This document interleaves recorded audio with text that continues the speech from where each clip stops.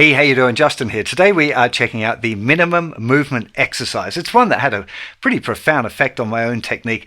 I'm hoping it's going to do the same for you. It does look pretty simple on the surface, but I can assure you it ain't when you dig into it. Most people find it pretty challenging, but it is super effective.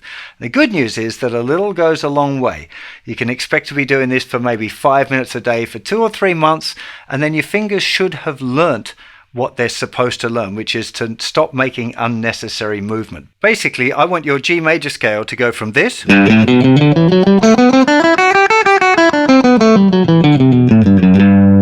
this.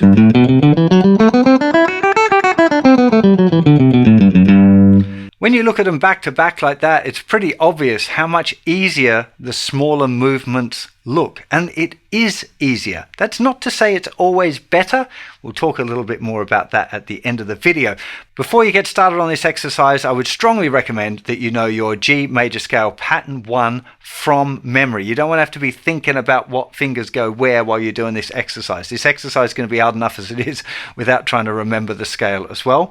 As far as picking goes, it doesn't really matter. You could use all down picks or you could use alternate picking. It's very, very slow, so the picking is kind of less of a deal here.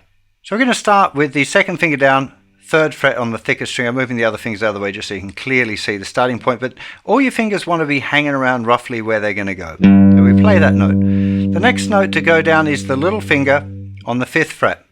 So I'm just making here a very, very small movement. It should have already been in place. We're just putting it down and playing that note. The next note that we want is the 1st finger on the 2nd fret of the 5th string, but what we don't want now is little finger to spring off like that, the other fingers to just jump out of the way. They don't need to. So we play those two. Now we lift them up only the bare minimum. So little finger is actually still just about in contact with the thicker string.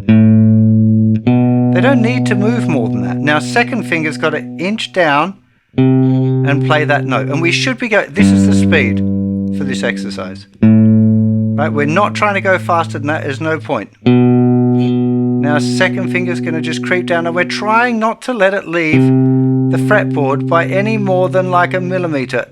We're really trying to control it. Now 1st finger, there's no like trying to do it with the metronome, that doesn't matter either. 1st finger, that's it. Now 3rd finger's desperately trying to spring up now, but I'm trying to keep it under control. Same with 2nd finger. There we go. Now little finger's also trying to spring up now, so keeping that down. There we go. And now onto the 1st finger again, so just moving it very slowly. Oh, 2nd finger had crept up there a bit. Get that back under control. Now 3rd finger.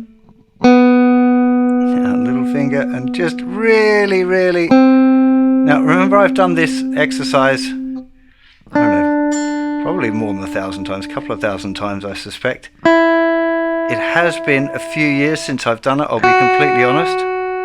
It is an exercise that once you've done it a few times, it does seem to kind of stick with your fingers. We've gone all the way up now, coming back down, again, even harder because little finger has a tendency to go like that, to spring out of the way.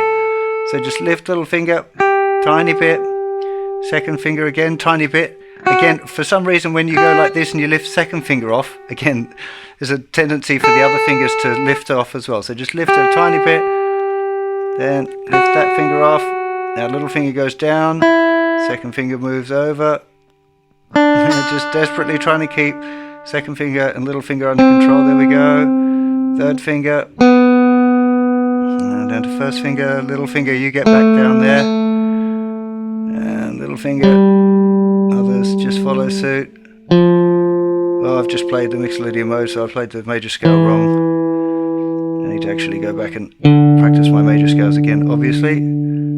Actually, I was just thinking about how difficult this exercise actually is, having not done it for a little while, and how much I can feel the muscles in my hand going like, what on earth are you doing to me, man?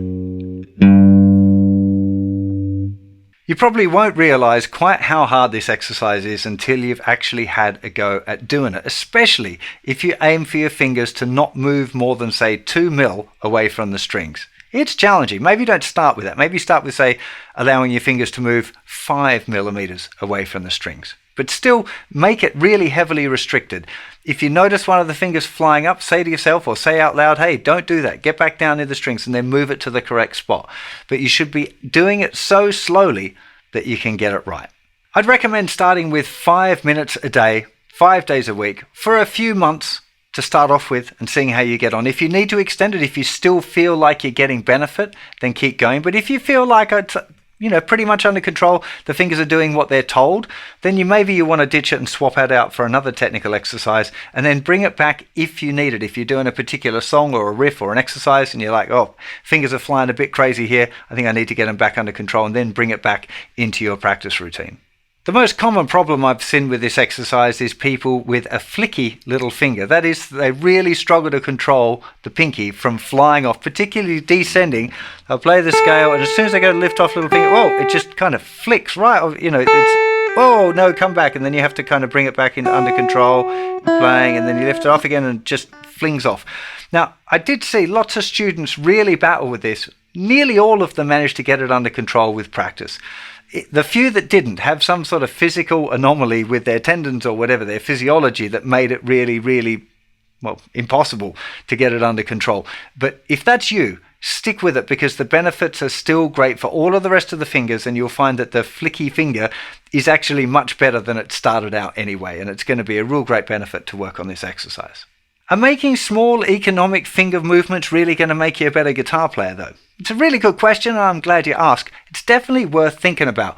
I find when I'm playing, very often I make a lot bigger movement than would be strictly necessary. Definitely if I watch, say, Stevie Ray Vaughan, he's also making a lot of big finger movements that he wouldn't have had to have done. Or would he? Another really good example that I really love is watching Julian Bream and John Williams playing together, two of the greatest classical guitar players that ever lived. They do some duet stuff where you can see the two of them playing at the same time. John Williams playing is just, the finger movements are really small and perfect, and it really flows. Julian Bream's a bit more big movements and stuff, but they're both incredible. One isn't better than the other. John Williams playing for me looks a little smoother and easier, but maybe it's slightly less passionate as well than Julian Bream. But they're both exceptional. I think with an exercise like this, it's worth giving it a go for a few months and seeing how it makes you feel when you play. For me, it seems to be most effective at either end of the technical spectrum. When I'm playing something that's like a ballad or whatever, I want it to be flowing and smooth, and the minimum movement thing seems to help with that. It's not a conscious thing, it's just how it seems to come out. In the middle ground, particularly high energy music, where it's not particularly technically challenging, then I want to move around and I want to feel it more, and I'm likely to make bigger movements. When it gets to something that's really technically challenging for me, I go back into the minimum movement thing again, because I need it to be able to get through the piece. If I'm after some, like playing a Charlie Parker line where it's really complicated, I need that economy of movement just to be able to do it at all. So that's how it works for me. It might work differently for you, but you've got to try it. Well, I really hope you find this exercise beneficial for your own technical development. Remember, there's more help available over on the website on this lesson, and many more other technical exercises to check out as well. And do check out the practice routine stuff as well. You don't want to go full on and just only practice technique. You want to practice your musicianship, making music. Much more fun. Anyway, I'll see you for plenty more very soon. You'll take care of yourselves. Bye-bye.